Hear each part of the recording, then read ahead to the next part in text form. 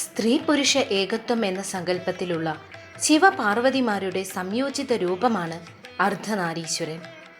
ശിവന്റെയും പാർവതിയുടെയും പാതി ഉടലുകൾ ഒന്നിച്ചു ചേർന്ന രൂപം.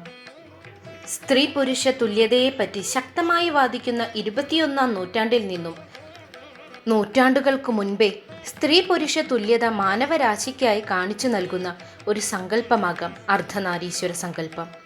അല്ലെങ്കിലും നമ്മുടെ പുരാണ ഗ്രന്ഥങ്ങളിലൊക്കെ തന്നെ സ്ത്രീകൾക്ക് വളരെയധികം പ്രാധാന്യം നൽകി പോരുന്നുണ്ട്. ഒരിക്കൽ ശ്രീ പാർവതിയുടെ ആജ്ഞയനുസരിച്ച് ദുർഗാ ഭഗവതി മഹിഷാസുരനെ വധിച്ചു.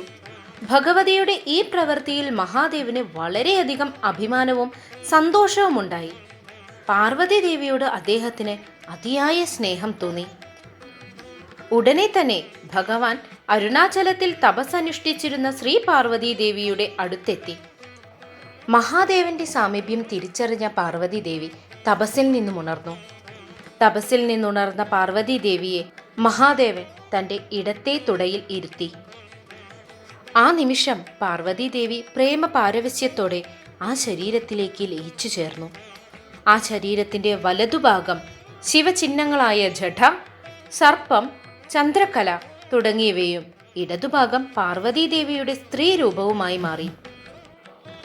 പരമമായ പ്രേമത്തിൻ്റെ മൂർത്തിഭാവമായി അർദ്ധനാരീശ്വരൻ ഉടലെടുത്തു.